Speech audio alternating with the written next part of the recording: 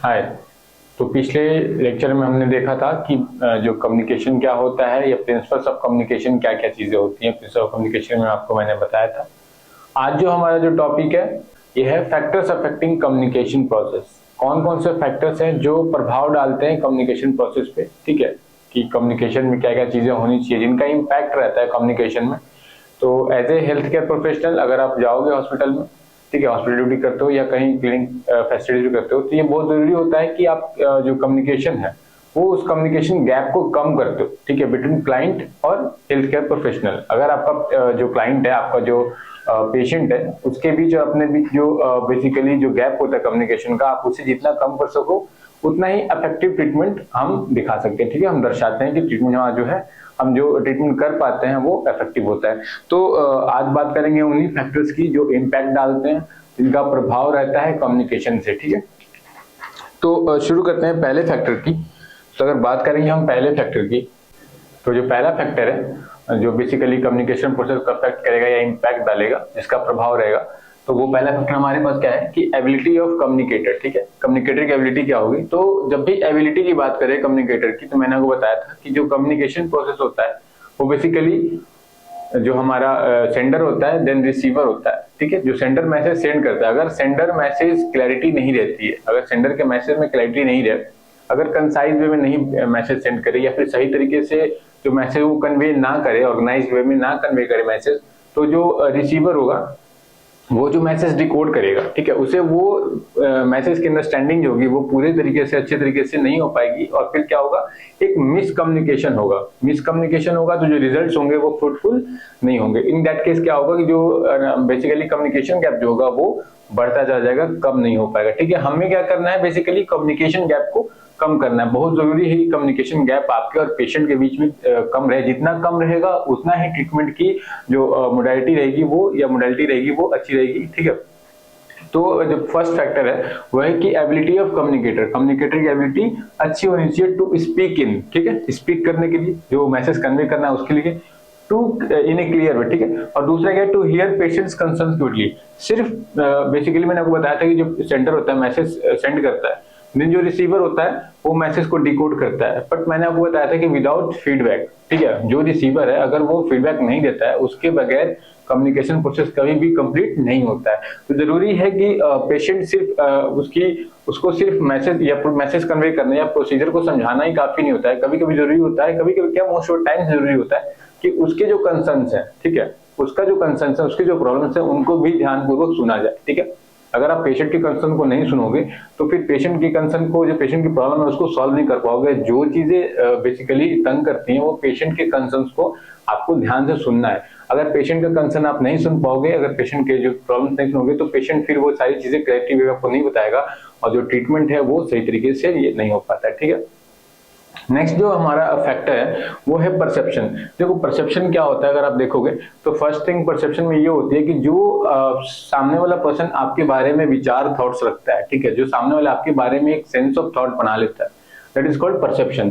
कि जो आपने सपोज कोई पेशेंट आता है इमरजेंसी में और आपने उसके साथ अच्छे तरीके से काइंड वे में बिहेव किया, ठीक है, काफी कोलैबोरेटिव वे में बिहेव किया, सपोर्टिव वे में बिहेव किया, तो फिर क्या होता है कि जो पेशेंट रहता है उसके दिमाग में एक चीज बन जाती है, ठीक है, कि जो हेल्थ केयर प्रोफेशनल है, जो नर्सेज हैं या फिर जो डॉक्टर्स हैं, वो काफी कोलैबोरेटिव हैं, काफी सपोर्टिव हैं, काइंड हैं, तो वो अपने प्रॉब्लम्स को खुल के आपको बताने लगता है, ठीक है, उसे सेंस ऑफ ट्रस्ट गेन होने लगता है आप।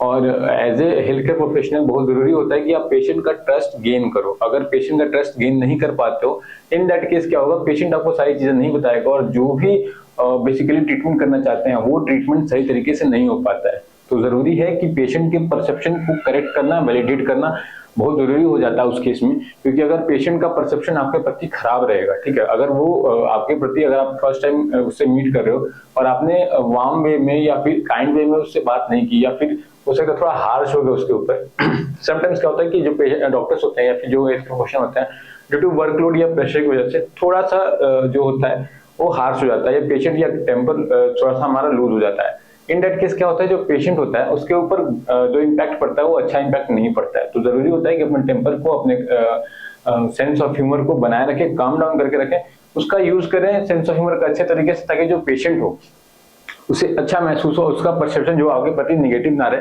अच्छा रहे और अपनी सारी प्रॉब्लम्स को वो आपसे शेयर कर सके, ठीक है। तो जरूरी होता है कि पेशेंट के कंसर्न्स को वैलिडेट किया जाए और करेक्ट किया जाए। तो अब बात करेंगे अगले फैक्टर की, जो अगला फैक्टर हमारे साथ है, तो आइए देखते हैं। तो जो नेक्स्ट फैक्टर हमारे पास है वो एटीट्यूड है, ठीक है। पहले मैंने आपको बताया ability of the communicator, communicator की एबिलिटी क्या होनी चाहिए, ठीक है, कि कैसे बोलना है, कैसे कंसाइज वे में क्लियर मैसेज भेजना है, ठीक है। क्लैरिटी रहनी चाहिए आपके मैसेज में जो आप कन्वे कर रहे हो, ठीक है, या फीडबैक जो ले रहे हो आप उसमें आपका जो मैसेज सही रहना चाहिए। जो सेंडर जो बेसिकली जो रिसीवर है उसका जो फीडबैक करना बहुत जरूरी है कि वो क्या बोलना चाह रहा है, ठीक है। उसको सुनना पेशेंटली बहुत जरूरी होता है कि पेशेंट को आप में और आप सही तरीके से सुन रहे हो उसको, ठीक है। नेक्स्ट है परसेप्शन। बताया था मैंने आपको कि आप जैसा आपका नेचर रहेगा, आपका जैसा बिहेवियर रहेगा, वैसा परसेप्शन बना लेगा पेशेंट आपके अगेंस्ट में। तो बहुत जरूरी होता है कि आपने जो परसेप्शन, जो आपका जो नेचर हो वो आप वार्म हो, ठीक है, अच्छे तरीके से आप उसे हैंडल कर रहे हो, तो आपके प्रति उसका जो परसेप्शन है वो अच्छा रहेगा और सारी चीजें जो होगी वो शेयर कर सकेगा आपसे, ताकि आपका जो ट्रीटमेंट हो वो अच्छे तरीके से चल सके, ठीक है। तो नेक्स्ट हमारे पास फैक्टर है वो है एटीट्यूड। देखो एटीट्यूड बहुत जरूरी होता है, ठीक है। एटीट्यूड में दो चीजें होती हैं, एक फैसिलिटेटिंग एटीट्यूड और दूसरा इनहिबिटिव एटीट्यूड। आपका एटीट्यूड बहुत डिपेंड करता है कि जो कम्युनिकेशन होता है वो कैसा है, ठीक है, और सामने वाले का भी एटीट्यूड बहुत अच्छा होना चाहिए। जो कम्युनिकेटर आप जैसे आप कम्युनिकेट करो उस पर बहुत डिपेंड करता है कि उसका एटीट्यूड कैसा रहना चाहिए, ताकि जो चीजें हो, जो आइडियाज, जो थॉट्स हो, जो इन्फॉर्मेशन मैं शेयर करना चाह रहा हूँ सामने वाले से, ठीक है, या पेशेंट से या फिर कोई मेरा क्लाइंट है उनसे शेयर करना चाह रहा हूँ as a health care professional, तो बहुत जरूरी होता है कि वो उसका एटीट्यूड मेरे प्रति या मेरा एटीट्यूड उसके प्रति, ठीक है, दोनों का एटीट्यूड एक सबमिसिव होना चाहिए, ठीक है, सबमिशन होना चाहिए एटीट्यूड का। ताकि अगर सबमिशन अगर वो नहीं रहेगा तो मैं अगर समझा रहा हूँ और वो समझना चाहता ही नहीं है, इन दैट केस मेरा इंफॉर्मेशन देना कोई मायने नहीं रखता है, ठीक है। या फिर वो समझना चाह रहा है और मैं समझाना ही नहीं चाहता, तो उसका समझना, मेरे मैसेज को कन्वे करना ही नहीं, जो मैं नहीं चाहता, वो कोई मायने नहीं रखता है बेसिकली, ठीक है। तो फैसिलिटेटिंग एटीट्यूड के बारे में क्या बात है वो देखेंगे। जो फैसिलिटेटिंग एटीट्यूड होता है उसमें ये चीज कहती है कि जो फैसिलिटेट करना, कम्युनिकेशन को क्या करना, फैसिलिटेट करना है। तो फैसिलिटेशन में क्या होता है, पहला जस्ट फर्स्ट थिंग कि केयरिंग, ठीक है। अगर आपका एटीट्यूड केयरिंग रहा, आपका एटीट्यूड वार्म रहा, ठीक है, बात करने का तरीका अच्छा रहा, अगर सामने वाले के प्रति कम्युनिकेटर जो है आपका, उसके प्रति आपका एटीट्यूड केयरिंग और वार्म रहा, तो वो एक कम्युनिकेशन को बढ़ावा देता है। सपोज जैसे मैं बताऊं आपको कि अगर आप क्लाइंट से या अपने पेशेंट से हॉस्पिटल में अच्छे तरीके से बात करोगे तो क्या होता है, वो आपसे चीजें शेयर करता है। तो आपका केयरिंग एटीट्यूड, आपका वार्म एटीट्यूड आपकी कम्युनिकेशन को इंक्रीज करता है। वो धीरे धीरे आपसे फ्रैंक होता है, आपसे खुलता है और सारी चीजें आपसे शेयर करता है। नेक्स्ट है रिस्पेक्ट, ठीक है, उसके ओपिनियंस का रिस्पेक्ट करना, ठीक है, या अपने वो, अगर आप उसके ओपिनियंस को रिस्पेक्ट करोगे तो वो आपके ओपिनियंस को रिस्पेक्ट करेगा, ठीक है। ये नहीं कि अगर उसने अपने ओपिनियंस दिए या उसने कुछ चीजें बताई, उसने कोई इन्फॉर्मेशन शेयर करना चाहा और आपने उसे डांट टपट के शांत करा दिया, ये बहुत गलत चीज होती है। तो कम्युनिकेशन, एक अच्छा कम्युनिकेशन किसी भी सेक्टर में एक अच्छे कम्युनिकेशन के लिए बहुत जरूरी चीज होती है कि आप उसकी ओपिनियंस का रिस्पेक्ट करें, आप सामने वाले कम्युनिकेटर के ओपिनियंस का रिस्पेक्ट करें। Next one is attention. Attention बहुत जरूरी होती है। अगर आपका इनअटेंटिव एटीट्यूड रहा, अगर आप अपने क्लाइंट के प्रति इनअटेंटिव रहे, क्लाइंट आपसे लगातार कह रहा है कि उससे सपोज लॉस ऑफ एपेटाइट है, या उसे सपोज स्टमक एक हो रहा है, पेट में दर्द हो रहा है लगातार, ठीक है, या सपोज उसे हियरिंग लॉस हो रहा है, कोई चीजें हो रही है और आपने जस्ट उस चीज को इग्नोर कर दिया, आपने अपने डायग्नोसिस लिखने में मस्त हो, तो ऐसे में क्या होता है उस केस में कि जो आपका बेसिकली क्या होता है, जो डायग्नोसिस होगी वो गलत दिशा में चली जाती है, ठीक है, जो ट्रीटमेंट होगा वो गलत दिशा में जाता है, या फिर कुछ चीजें छूट जाती हैं ट्रीटमेंट में। सपोज मैंने कुछ चीजें सुनी और कुछ चीजें नहीं सुनी, तो सपोज मैंने पेट दर्द तो ठीक कर दिया, मैंने सुना कि ठीक है तुम्हारा पेट दर्द कर रहा है, एब्डोमेन में पेन है तुम्हारे, तो ठीक है, मैंने उसके लिए हेल्थ केयर प्रोफेशनल ने उसके लिए जो चीजें होती थी वो सारी प्रोसीजर कर दिया, लेकिन उसने एक चीज इग्नोर कर दी कि पेशेंट कह रहा है कि उससे ईयर में दर्द हो रहा है, ठीक है, कान में दर्द हो रहा है, तो वो चीज क्या है, वो प्रॉब्लम परसिस्ट कर गई, ठीक है, वो प्रॉब्लम परसिस्ट कर गई। तो आपने एब्डोमेन पेन तो ठीक कर दिया, पर आपने ईयर के बारे में सुना ही नहीं और इनअटेंटिव एटीट्यूड था, तो वो क्या है, वो प्रॉब्लम परसिस्ट करती रहेगी। सेम केस क्लाइंट के लिए होता है कि डॉक्टर अगर समझाते हैं कि in the case of diabetes mellitus, ये डायबिटीज का केस है, आपको मीठा नहीं खाना है, और आपने उठे और सुबह सुबह उठ के आपने 4 रसगुल्ले दबा लिए, ठीक है, तो उस केस में क्या होगा, आप इनअटेंटिव हो, ठीक है। डॉक्टर से कहा शुगर नहीं खाना है, तो आपने कहा कोई बात नहीं, मैं चीनी नहीं खाऊंगा, लेकिन मैं शरबत तो पी ही सकता हूँ, तो उस केस में क्या होगा, आप कंज्यूम तो कर रहे हो शुगर, आप इनअटेंटिव रहे, आपने ध्यान से नहीं रहा कि शुगर फॉर्म, किसी भी फॉर्म में शुगर को आपको नहीं कंज्यूम करना है, ठीक है। तो अटेंशन कराना बहुत जरूरी है। नेक्स्ट है इनहिबिटिव। इनहिबिटिव एटीट्यूड बोलने का मतलब होता है यहाँ पे कि आप सुनना ही नहीं चाहते हो, वो बैरियर है, इनहिबिशन है, ठीक है, मना करता है कि मैं कम्युनिकेट करना ही नहीं चाहता, एक बैरियर एक तरह से कह सकते हैं। इनहिबिटरी एटीट्यूड में आप देखो क्या क्या होता है, कंडेंसेशन, ठीक है। कंडेंसेशन का मतलब होता है कि आप एकदम फ्रीज हो, ठीक है, वो कुछ भी कह रहा है आप उसके लिए सुनने को तैयार ही नहीं हो, ठीक है। मैं सामने वाला कम्युनिकेट करने की कोशिश मुझसे कर रहा है और मैं उसके कुछ सुनने को तैयार ही नहीं, that case is considered condensation. दूसरा है लैक ऑफ इंटरेस्ट, मेरा इंटरेस्ट ही नहीं है, ठीक है, मुझे लगातार समझाया जा रहा है कोई टॉपिक, लेकिन मैं उस टॉपिक को समझने में इंटरेस्ट नहीं लगा रहा हूँ। सपोज मैं आपको ये चीजें पढ़ा रहा हूँ, कम्युनिकेशन पढ़ा रहा हूँ, बट आपका कोई कम्युनिकेशन में इंटरेस्ट नहीं है, तो आप वो चीजें पढ़ते नहीं हो। इन दैट केस क्या होगा, मेरा कम्युनिकेशन आपसे बढ़ता जाएगा, कम्युनिकेशन गैप जो है वो कम्युनिकेशन गैप जो है वो बढ़ता जाएगा। और फिर क्या होगा, एक टाइम ऐसा आएगा कि आप कुछ भी चीजें लेना ही या कोई भी जो नॉलेज है वो लेना पसंद नहीं करोगे। इन दैट केस सारी की सारी चीजें धरी की धरी रह जाती हैं। तो अगला जो हमारा जो फैक्टर है, जो अफेक्ट करे कम्युनिकेशन, वो नॉलेज। मैंने उस दिन ही बताया था आपको, प्रीवियस लेक्चर में देखोगे कि लैक ऑफ नॉलेज, ठीक है, आप किस फील्ड में एक्सपर्ट हो, लैक ऑफ नॉलेज बहुत इंपैक्ट डालता है, ठीक है, या नॉलेज स्पेशलाइजेशन, दो चीजें बहुत इंपैक्ट डालती हैं। एक तो lack of knowledge, specialization, okay. एक तो लैक ऑफ नॉलेज कि आपके पास नॉलेज नहीं है, ठीक है, तो आप नॉलेज नहीं है लेकिन आप आधी अधूरी नॉलेज जो है वो दे रहे हो, तो वो एक मिसकम्युनिकेशन हो जाता है। आपने सपोज बताया कुछ कि आपको खाना नहीं खाना है, लेकिन आपने ये नहीं बताया किसी पेशेंट को कि आपको सेमी सॉलिड डाइट नहीं खानी है, सॉलिड डाइट नहीं खानी है या लिक्विड डाइट खानी है, तो वो एक मिसकम्युनिकेशन हो गया, ठीक है। सेम नॉलेज स्पेशलाइजेशन, अगर आपके पास ज्यादा नॉलेज है, ठीक है, तो बहुत जरूरी होता है कि आप अच्छे तरीके से मैसेज कन्वे कर पाओगे, ठीक है। और नॉलेज का रहना बहुत जरूरी होता है। अगर आप किसी सेक्टर में हो, अगर आपको अच्छी खासी नॉलेज है, तभी आप चीजें आप क्लेरिफाई कर सकते हो। मैं यहाँ अगर खड़ा हूँ तो मुझे कम्युनिकेशन फैक्टर के बारे में अच्छे से पता है, तब मैं आपको कन्वे कर सकता हूँ। अगर मुझे नॉलेज नहीं पता होगा, नॉलेज के बारे में, मुझे इस पार्टिकुलर टॉपिक के बारे में नॉलेज नहीं होगा, तो मैं आपसे कोई मैसेज या कोई भी टॉपिक को समझाने के लिए कन्वे नहीं कर पाऊंगा और इफेक्टिव तरीके से हम कम्युनिकेशन नहीं एस्टेब्लिश कर पाएंगे। तो नेक्स्ट है वो टाइम है। नर्सेस के लिए बहुत जरूरी होता है कि टाइम मैनेजमेंट हो वो सही तरीके से हो, ठीक है। किसी भी सेक्टर में आप जाते हो, तो मैं हेल्थ केयर सेक्टर की बात ही नहीं करूंगा, कोई भी सेक्टर हो, वहां बहुत जरूरी होता है कि आप जो टाइम मैनेजमेंट हो वो इफेक्टिवली कर रहे हो, ठीक है। नेक्स्ट पर्सनल स्पेस, तो यहाँ टाइम मैनेजमेंट की बात आती है। टाइम मैनेजमेंट, कम्युनिकेशन करने के लिए टाइम मैनेजमेंट है ना, वो मायने रखते हैं टाइम मैनेजमेंट, ठीक है। पर्सनल स्पेस, पर्सनल स्पेस का मतलब कि आप पेशेंट को पर्सनल स्पेस दे रहे हो, ठीक है। आपके और पेशेंट के बीच में जो स्पेस है वो बेसिकली थोड़ा सा, मतलब ऐसा नहीं कि आप 24 आवर्स इंटू 7 आवर्स पेशेंट लगातार बातें करो।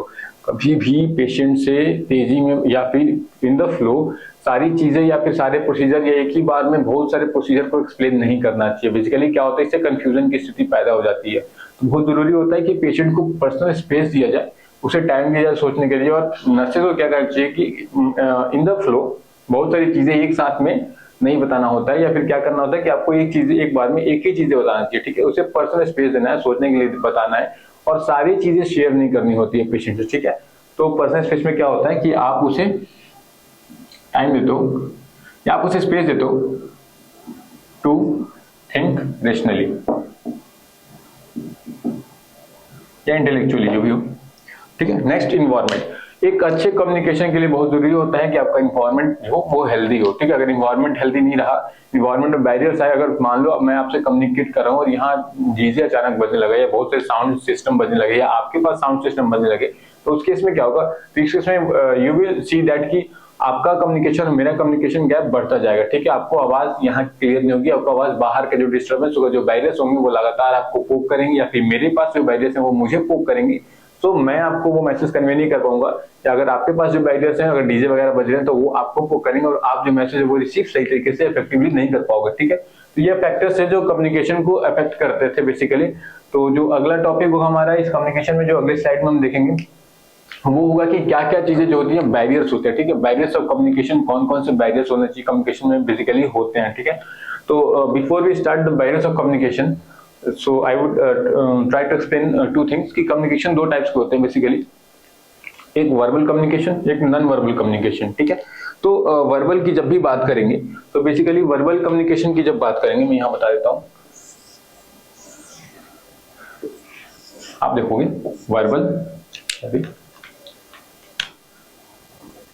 वर्बल कम्युनिकेशन, मैं यहाँ शॉर्ट में कम्युनिकेट लिख रहा हूँ, ठीक है।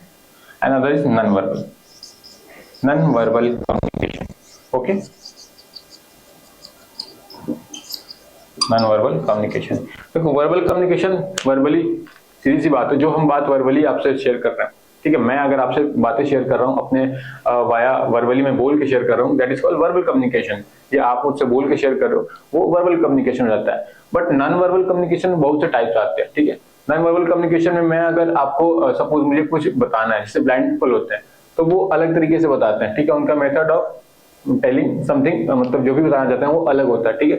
सपोज कोई डम्ब है, वो नहीं बोल पाता है, तो उसका मेथड ऑफ टेलिंग क्या होता है कि जो स्पीक करता है वो स्पीक तो कर नहीं पाता, स्पीक तो कर नहीं पाता, तो जो बताना चाहेगा तो वो इशारे में बताना चाहेगा कि यस आई वांट 4 टॉफीज या something, I want that thing, ठीक। तो वो एक तरीका होता है उनको बताने का। जो सुन नहीं सकते वो भी अपने तरीके से बताते हैं, ठीक है। या फिर कुछ लोग होते हैं जो कार्ड्स, वाया कार्ड्स के थ्रू ही लिख के बताते हैं कि मुझे ये चीजें चाहिए, या पेन से लिख कर। तो बहुत सारे मेथड्स होते हैं बेसिकली नॉन वर्बल में, जिसमें हम लिखते हैं क्या क्या, राइटिंग,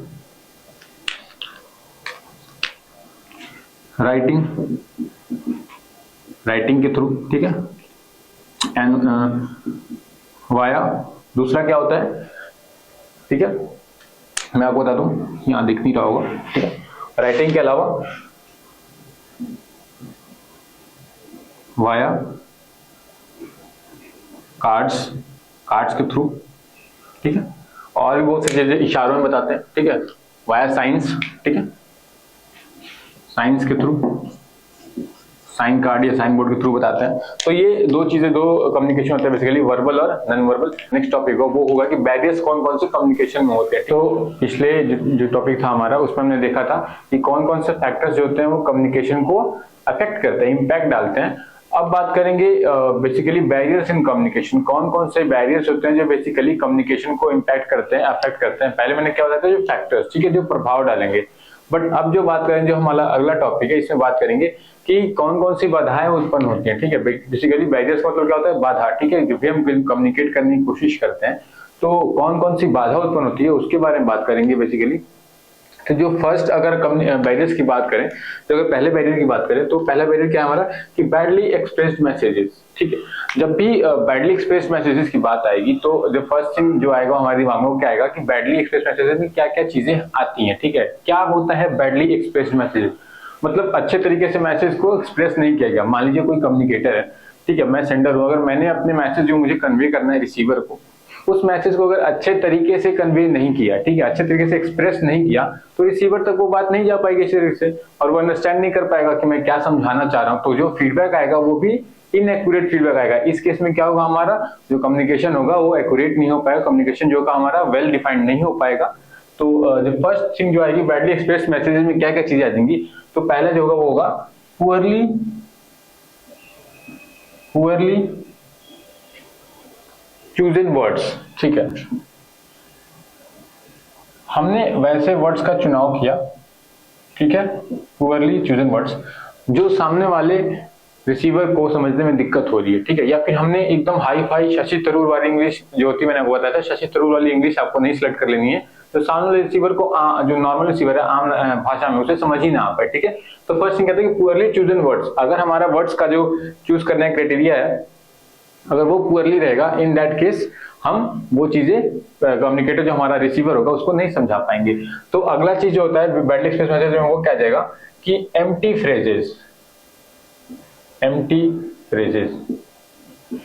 फ्रेजेस का मतलब क्या हो जाएगा यहाँ पे कि मैंने कोई सपोज बेसिकली मैंने कोई बात बताई, एक पैराग्राफ की बात थी, मुझे वो लिख कर सेंड करना है मैसेज को, मैंने आधे पैराग्राफ की बातें ही लिखी और आधे पैराग्राफ मैंने पैराग्राफ चेंज कर दिया और दूसरी बातें शुरू कर दी। सपोज मुझसे कहा गया कि ये जो गर्मी का सीजन है उसमें कौन कौन से फल मिलते हैं, तो मैंने कहा गर्मी के सीजन में तो आम मिलते हैं, लीची मिलती है, और फिर मैं अचानक शुरू कर दिया कि ठंड में हो सकता है कि सेब भी मिल सकता है, ठंड में हो सकता है कुछ और फ्रूट्स मिल सकते हैं। तो मैंने गर्मी से सीधे क्या किया, गर्मी से फ्रूट्स बनाने की बजाय मैंने सीधे ठंड में चला गया। मैंने जो अपना फ्रेज था उसको इनकम्प्लीट कर दिया, ठीक है। क्या किया, इनकम्प्लीट छोड़ दिया, उसको एम्प्टी छोड़ दिया, ठीक है। मुझे बताना कुछ और था और मैंने वो इनएक्यूरेट बताया, वो आधा अधूरा बताया और दूसरे फ्रेज पे उतर गया, ठीक है।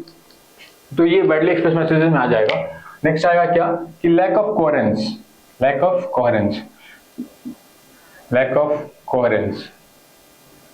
देखो कोहेरेंस की बात जब भी आएगी तो कोहेरेंस का मतलब क्या हो जाएगा कि कंसिस्टेंसी, लॉजिक, ठीक है। कोहेरेंस क्या अगर आप बातें कर रहे हो, अगर कम्युनिकेटर को मैसेज दे रहे हो, तो आपके बातों में, मैसेज में लॉजिक होना चाहिए, कंसिस्टेंसी होना चाहिए। नहीं कि आपने अभी कुछ 2 बातें बोली और 2 बातें 2 साल बाद उसे बोल रहे हो कि अब मैंने आपको 2 साल बातें वो बता दी थी, आप वो समझे उस बात को, या 2 हफ्ते बाद वो बातें बता रहे हो, तो ऐसा नहीं होता। ठीक है, जो मैसेज आएगा वो इनएप्रोप्रिएट हो जाएगा या आधा अधूरा रह जाएगा। उस केस में कम्युनिकेटर जो है, जो सामने रिसीवर जो उस बात को समझ नहीं पाएगा और कम्युनिकेशन फेल हो जाएगा। तो आपकी कोहेरेंस, जो लॉजिक होना चाहिए, अगर नहीं रहता है तो फिर एक बैरियर ये बनता है। ठीक है, लॉजिक एंड कंसिस्टेंसी, ठीक है। और अगर बात करें इसमें तो क्या क्या चीजें हो सकती हैं बायलैटरल मैसेज में, कि inappropriate language,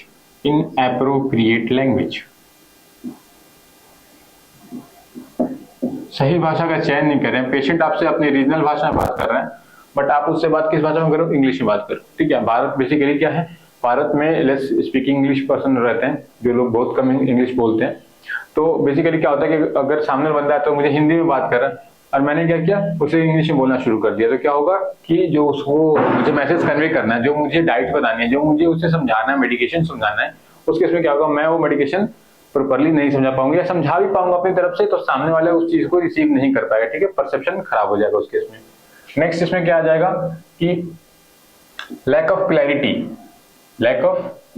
clarity and precision. मैंने शुरुआत में बताया था कि जो मैसेज होना चाहिए वो प्रिसाइज रहना चाहिए और क्लियर रहना चाहिए। अगर क्लैरिटी नहीं है, प्रिसीजन नहीं है, तो एक बैरियर भी उत्पन्न होता है। ठीक है, कि एक बैरियर भी आ जाएगा, कम्युनिकेशन जो होगा वो एक्यूरेटली या परफेक्टली कम्युनिकेशन नहीं हो पाएगा। तो ये पहला था हमारे पास कि जो फर्स्ट अगर बैरियर आता है कि कौन सा बैरियर होगा कम्युनिकेशन में, तो पहला बैरियर था कि बैडली एक्सप्रेस मैसेजेस। दूसरा बैरियर जो हमारे सामने है, ऑर्गेनाइजेशनल डिस्टेंस।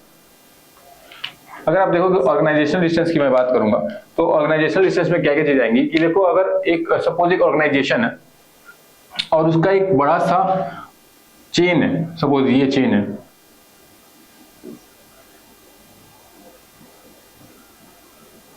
मैं आपको एक चेन बता रहा हूं जैसे यूजुअल, ये लंबी चेन है और ये इतनी कॉम्प्लेक्स चेन है कि एक मैसेज अगर आप कन्वे करते हो तो वो मैसेज जो है इतने सारे पर्सन से होके गुजरता है। तो ये तो श्योर शॉट है कि जो आप मैसेज एग्जैक्ट भेजोगे, वो मैसेज जो बेस लाइन में बैठा वो पर्सन है यहाँ, और जो ये सीईओ या एमडी कह लो, ये टॉप लाइन में है जो, ठीक है, जो बॉटम से टॉप लाइन में जो मैसेज या तो अपवर्ड वर्टिकल अपवर्ड जो आपका जा रहा है, वर्टिकली अपवर्ड जो जा रहा है मैसेज, वो एक्यूरेट नहीं जा पाएगा, या फिर वर्टिकली डाउनवर्ड जो मैसेज आ रहा है वो एक्यूरेट नहीं आ पाएगा, उतना एक्यूरेट नहीं आ पाएगा जितना आना चाहिए। ठीक है, जैसे हम देखते हैं किसी ऑर्गेनाइजेशन में एमडी ने कुछ और लेटर जारी किया, वर्बली कुछ बोला, बट नीचे आते थे एम्प्लॉइज में एक होता है ना, क्लैरिफिकेशन नहीं आ पाता, एक मिसअंडरस्टैंडिंग रहती है कि क्या इस लेटर का मतलब यही होता है। कभी कभी हम देखते हैं कि सरकार जो होती है वो हेल्थ डिपार्टमेंट के लिए कुछ नोटिस निकालती है, इन दैट केस क्या देखते हैं कि उस नोटिस में कुछ चीजें क्लैरिफाई नहीं होती, तो हम वापस क्या करते हैं, वापस सरकार को ग्रीवेंस भेजते हैं। अपने क्या भेजते हैं, ग्रीवेंस भेजते हैं कि हमें ये चीजें चिंता कर रही हैं, हमें ये चीजें थोड़ी सी डाउटफुल लग रही है,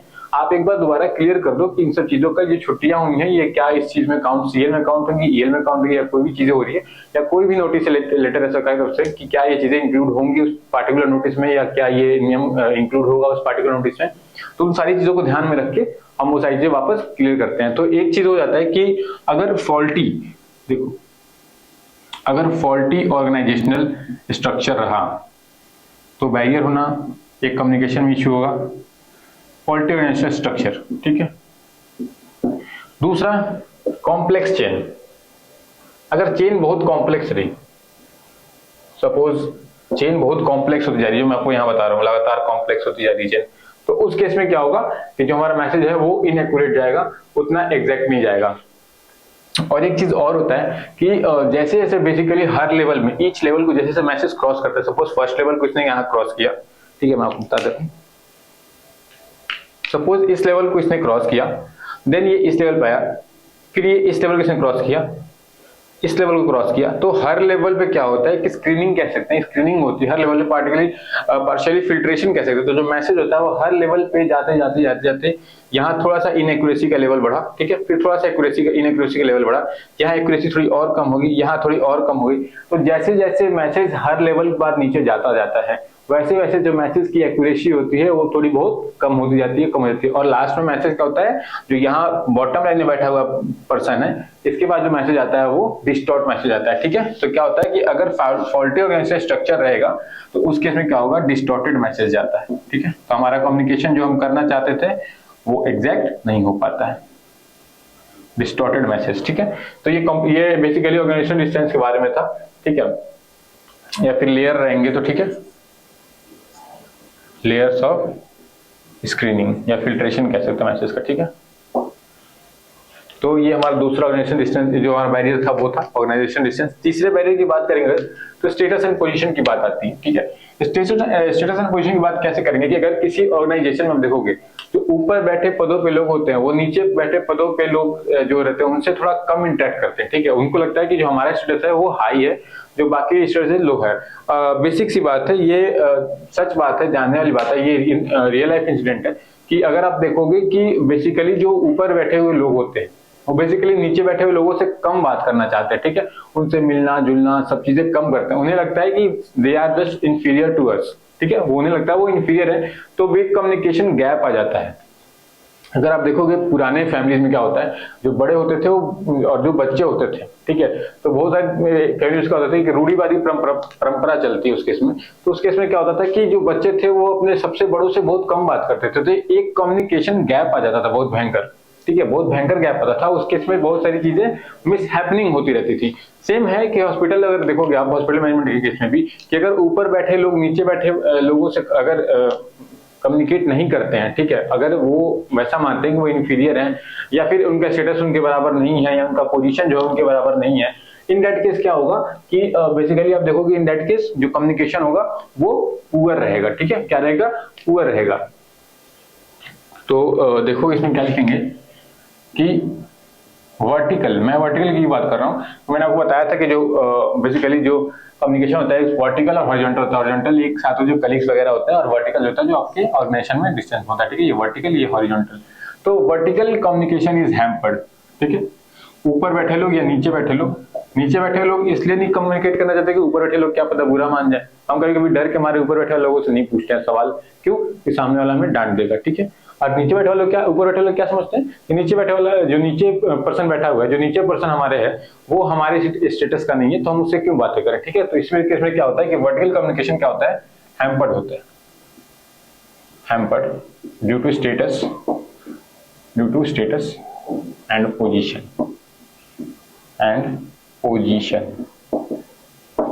अब जो लास्ट हमारा बैरियर है वो इनअटेंशन है।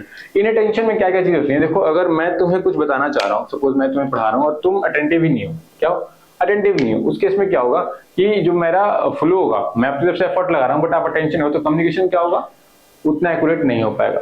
क्या फायदा वैसे कम्युनिकेशन का? अगर मैं मैसेज कन्वे कर रहा हूँ बट मुझे फीडबैक नहीं मिल रहा है या आप लिसनिंग सुनना ही नहीं चाहते हो, ठीक है, तो उस केस में क्या होगा कि जो कम्युनिकेशन होगा वो हैम्पर हो जाएगा। जो कम्युनिकेशन होगा वो सही तरीके से नहीं हो पाएगा, उतना मैसेज कन्वे नहीं हो पाएगा।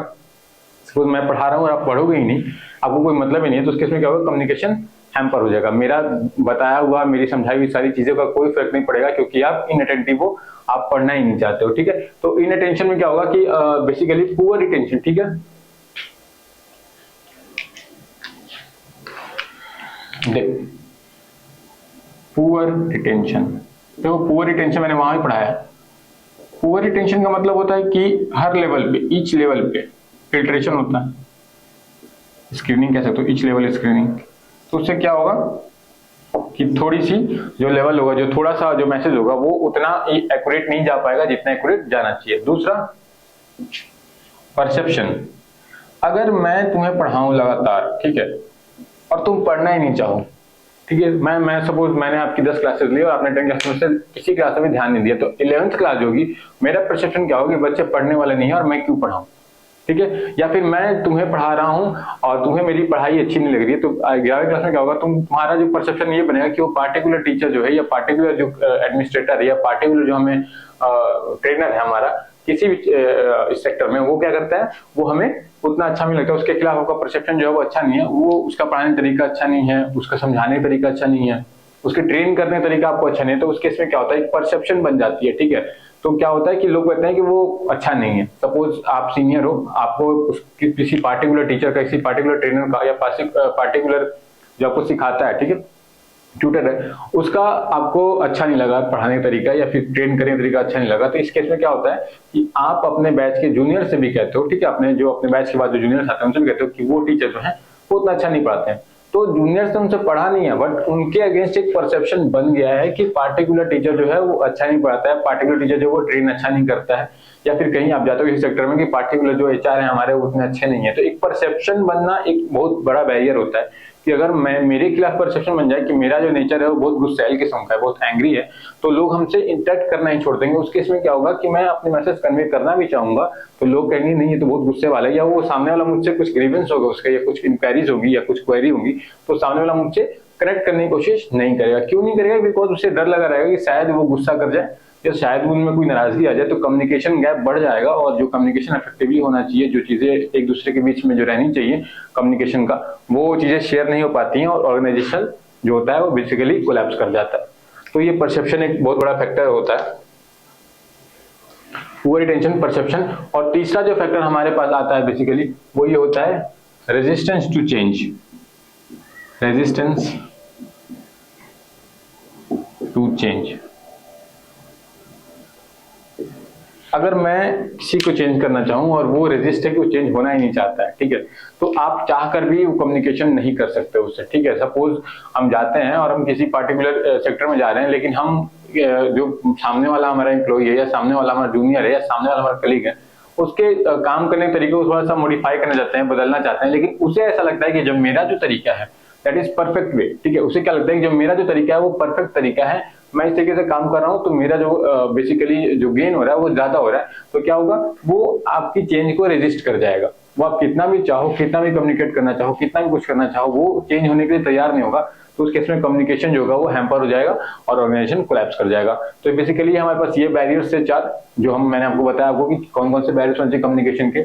अब मैं बात करूंगा वो तरीके जिससे ओवरकम करेंगे बैरियर्स ऑफ कम्युनिकेशन को, ठीक है। मैंने आपको अब तक बताया कि कौन कौन से बेसिकली जो हमारे बैरियर्स होते हैं कम्युनिकेशन में। तो 4 बैरियर्स मैंने आपको बताए थे, जिसका मैंने एक ट्रिक बताया आपको, ठीक है। अगर आप देखोगे ट्रिक है याद करने का, अगर बैरियर्स ऑफ कम्युनिकेशन के बारे में कोई भी पूछे तो एक छोटी सी ट्रिक है जिसे हम कहेंगे बायोस, है ना, बायोएस, बायोस। बी से यहाँ पे क्या हो जाएगा, बैडली एक्सप्रेस्ड मैसेजेस। दूसरा इनअटेंशन, ठीक है। और तीसरा जो होगा उसमें क्या हो जाएगा, ऑर्गेनाइजेशनल डिस्टेंस। और एस से क्या हो जाएगा हमारा, एस से हो जाएगा basically status and position, status and position. तो बायोस आपका क्या हो जाएगा, एक बेसिकली ट्रिक हो जाएगी, कोड हो जाएगा। अगर आपको याद करना है कि कौन कौन से बैरियर्स होते हैं कम्युनिकेशन में, तो biases are the barriers of communication. अब बात करेंगे कैसे कम्युनिकेशन के बैरियर्स को ओवरकम करना है। तो जो हमारे पास 8 जो हमारे पास टॉपिक्स हैं, छोटे छोटे से सब टॉपिक्स जो हमारे पास हेडिंग्स हैं, सब हेडिंग्स हैं, उनके बारे में बात करेंगे। ये जो बैरियर्स होते हैं बेसिकली उनको ओवरकम करने का एक तरीका होता है। तो जो पहला हमारे पास होगा क्लैरिफाई द आइडिया, ठीक है। अगर हमें बैरियर्स जो हमारे एक्सप्रेस मैसेज है, जो हम बैडली एक्सप्रेस मैसेज, पहला जो बैरियर था कि बैडली एक्सप्रेस्ड मैसेजेस, उसको अगर क्लैरिफाई कर दे, उसको आइडिया को क्लैरिफाई कर दे, सारी चीजें क्लियरली बता दे, क्लैरिटी और प्रिसीजन आ जाए, तो उस बैरियर को हम क्या करेंगे, ओवरकम कर लेंगे। सेम है कि उसी में कंप्लीटनेस ऑफ मैसेज, अगर मैसेज हम कंप्लीट करें, फ्रेजेस जो है कंप्लीट रहे हमारे, तो उस केस में क्या होगा, हमारा जो मैसेज है वो परफेक्टली डिलीवर हो जाएगा, हमें परफेक्टली हम उसको एक्सप्रेस कर पाएंगे। यूज एप्रोप्रिएट चैनल, अगर चैनल हमारा सही तरीके से रहेगा, सही एप्रोप्रिएट चैनल का यूज करते हैं भेजने के लिए, तो उस केस में मैसेज जो है वो जैसा हम भेज रहे हैं वैसा ही इंटैक्ट मैसेज वहां पे जाएगा, ठीक। कभी कभी देखते हैं चैनल में क्या होता है कि अगर हमारा नेटवर्क इश्यू होता है, तो हम अगर कॉल पे बात कर रहे होते हैं, तो जब 2 लोग कॉल पे बात कर रहे होते हैं और नेटवर्क इश्यू होता है, तो इस केस में जो बात होती है, जो सामने जो सेंडर है वो कुछ बोलता है, तो वॉइस होती है वो डिस्टॉर्ट होके जाती है। क्या होती है, आधी बातें जाती हैं और आधी बातें नहीं जाती हैं। तो अगर चैनल हमारा एप्रोप्रिएट रहे, नेटवर्क स्ट्रांग रहे, स्ट्रेंथ अच्छी रहे नेटवर्क की, तो उस केस में क्या होगा, हमारा जो मैसेज है वो जैसा हम बोल रहे हैं वैसा ही इंटैक्ट जाएगा, डिस्टॉर्ट मैसेज नहीं जाएगा, ठीक है। नेक्स्ट है कंसिस्टेंसी इन कम्युनिकेशन। मैंने आपको कंसिस्टेंसी बताया था आपको कि अगर आपके जो कोहेरेंस की कमी, जो लैक ऑफ कोहेरेंस था, कंसिस्टेंसी और लॉजिक अगर नहीं रहता है, लॉजिक और कंसिस्टेंसी नहीं रहता है, तो जो मैसेज होगा हमारा वैसा नहीं जा पाएगा जैसा हम भेजना चाहते हैं। इसलिए कि कंसिस्टेंसी अगर कम्युनिकेशन में रहेगा तो हमारा जो मैसेज होगा वो एक्यूरेट जाएगा। फिर अब फीडबैक की बात, फीडबैक को हम कभी भी नहीं छोड़ सकते। मैंने आपको स्टार्टिंग डे से जब भी कम्युनिकेशन शुरू किया है, मैंने उसको फर्स्ट लेक्चर से ही बताया आपको कि फीडबैक कितना जरूरी है। सिर्फ आपका मैसेज डिलीवर कर देना और रिसीवर का अंडरस्टैंड कर लेना ही कम्युनिकेशन नहीं है। रिसीवर के द्वारा फीडबैक भेजना कि हाँ जो आपने मैसेज भेजा था मैंने उसे परफेक्टली जो आपने भेजा था वही समझा है, दैट इज फीडबैक। और that is the most important कि अगर आपका फीडबैक सही आता है तभी कम्युनिकेशन प्रोसेस को हम कंप्लीट मानते हैं। नेक्स्ट है सिंप्लीफाइड स्ट्रक्चर। ऑर्गेनाइजेशनल डिस्टेंस की बात करें तो जितना कॉम्प्लेक्स रहेगा, मैंने आपको बताया था ये ऑर्गेनाइजेशनल डिस्टेंस जो है बेसिकली जितना कॉम्प्लेक्स रहेगा उतना ही फॉल्टी लेयर रहेगा, उतना ही हमारा चांसेस है कि हमारा जो मैसेज है वो इंटैक्ट नहीं जाएगा और हर लेवल पे मैसेज जो होगा वो थोड़ा एक्यूरेसी उसकी घटती जाएगी और इनएक्यूरेट होता जाएगा। और लास्ट में जो बॉटम लाइन पे हमारा एम्प्लॉय बैठा हुआ है या हमारा कोई पर्सन बैठा हुआ इंडिविजुअल बैठा हुआ है, उसके पास जो मैसेज टॉप लाइन से आ रहा है वो मैसेज इंटैक्ट होकर नहीं जा पाएगा। नेक्स्ट है म्यूचुअल ट्रस्ट एंड डिस्टेंस, ठीक है, म्यूचुअल ट्रस्ट एंड लिसनिंग। तो देखेंगे म्यूचुअल ट्रस्ट एंड लिसनिंग क्या है। म्यूचुअल ट्रस्ट और कॉन्फिडेंस अगर उसका गेन कर लेंगे, ठीक है, नॉट लिसनिंग इट्स कॉन्फिडेंस। अगर एक दूसरे के ऊपर ट्रस्ट है, एक दूसरे के ऊपर कॉन्फिडेंस है, तो कम्युनिकेशन जो होगा वो थोड़ा सा इजी हो जाता है, ठीक है। अगर ट्रस्ट नहीं है तो हम थोड़ा कम्युनिकेट करने में हिचकते हैं। अगर आप देखोगे किसी भी स्ट्रेंजर को, क्या हम कोई मैसेज अपना शेयर कर सकते हैं? क्या हम पर्सनल बात है कोई पर्सनल मैसेज अपना शेयर करते हैं? बिल्कुल नहीं शेयर करते हैं। क्यों नहीं करते? क्योंकि हमारा उस पर ट्रस्ट नहीं है, हमारा उस पर कॉन्फिडेंस नहीं है। और वहीं जो हमारे दोस्त होते हैं, जो हमारे कलीग्स होते हैं, हम उनसे ओपनली सारी चीजें शेयर कर लेते हैं। क्यों? क्योंकि उनके पास हमारा ट्रस्ट है, उन्होंने मेरा ट्रस्ट जीता है, मैंने उनका ट्रस्ट गेन किया, ठीक है। तो अगर हमारा म्यूचुअल ट्रस्ट और कॉन्फिडेंस गेन रहता है तो हमें जो कम्युनिकेट करने में उतनी आसानी होती है, हमारा कम्युनिकेशन जो होता है थोड़ा सॉफ्टली स्मूथली हो जाता है, ठीक है। तो बेसिकली नेक्स्ट अगला जो हमारा लास्ट है वो इम्प्रूव लिसनिंग। कम्युनिकेशन के लिए जरूरी है कि मैंने आपके स्टार्टिंग में बताया कि सिर्फ बोलना ही जरूरी नहीं है, सामने वाले का सुनना भी बहुत जरूरी है। अगर मैं लगातार बोल रहा हूँ और इनअटेंशन रहो, आप इनअटेंटिव रहो, या फिर आप जिससे बात करो सामने वाले आपकी बातों में इंटरेस्ट ही नहीं दिखा रहा है, तो आपके मैसेज करने का कोई मतलब नहीं बनता है, ठीक है। और जब मैसेज कन्वे करोगे और सामने वाला नहीं सुनेगा और सामने वाला कुछ फीडबैक दे रहा है, उस केस में आप नहीं सुन रहे हो, तो in that case communication is distorted और जो ऑर्गेनाइजेशन होगा वो कोलैप्स कर जाएगा, ठीक है। तो ये हमारे पास कुछ ओवरकम करने के वायरस के तरीके थे कि वायरस को कैसे ओवरकम करना चाहिए। तो आज का लेक्चर यहीं पे खत्म करते हैं। मैंने आपको एक ट्रिक बताई है बायोस, याद रखिएगा वायरस और कम्युनिकेशन में जो ट्रिक होती है वो बी से बैरियर और बी से बायोस वाली ट्रिक भी है, ठीक है। तो और कोई डाउट हो कम्युनिकेशन में तो प्लीज शेयर कीजिएगा, प्लीज कमेंट बॉक्स कीजिएगा और जुड़े रहिए इंटेंस फोकस एकेडमी से।